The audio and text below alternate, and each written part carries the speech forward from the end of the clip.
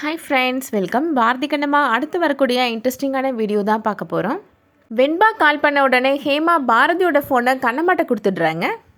Kannamma phone attend பண்ணதை பார்த்த உடனே வெண்பா டென்ஷன் ஆகிடுறாங்க. பாரதியோட ஃபோன் உன் கையில் எப்படி வந்துச்சு அப்படின்னு கோபமாக கேட்குறாங்க. என் புருஷன் ஃபோனை நான் வச்சுருக்கிறேன், அதனால் உனக்கு என்ன பிரச்சனை அப்படின்னு கேட்குறாங்க கண்ணம்மா. ஏதாச்சும் தேவையில்லாத ஃபோன் வந்துச்சுன்னா கட் பண்ணிடு அப்படின்னு சொல்லிட்டு தான் அவர் ஃபோனை என் கையில் கொடுத்துட்டு போனார் அப்படின்னு சொல்கிறாங்க கண்ணம்மா. அடிக்கடி இனிமேல் அவருக்கு ஃபோன் பண்ணுற வேலையெல்லாம் வச்சுக்கிடாது அப்படின்னு கண்ணம்மா சொல்கிறாங்க. கேட்ட உடனே வெண்பா டென்ஷன் ஆகி ஃபோனை கட் பண்ணிடுறாங்க. பாரதி இப்போ அவங்க வராங்க. கண்ணம்மா பாரதி 2 பேரும் பேசிகிட்டு இருக்கிறத லக்ஷ்மி கேட்குறாங்க.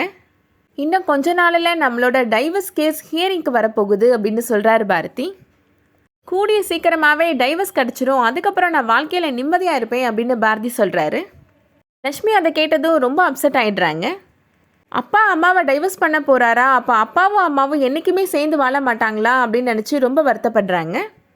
அடுத்து என்ன நடக்க போகுதுன்றதை வெயிட் பண்ணி பார்க்கலாம். இந்த வீடியோ உங்களுக்கு பிடிச்சிருந்துச்சுன்னா லைக் பண்ணிக்கோங்க. சீரியல் அப்டேட்ஸ்க்கு நம்ம சேனலை சப்ஸ்கிரைப் பண்ணிக்கோங்க. தேங்க்ஸ் ஃபார் வாட்சிங்.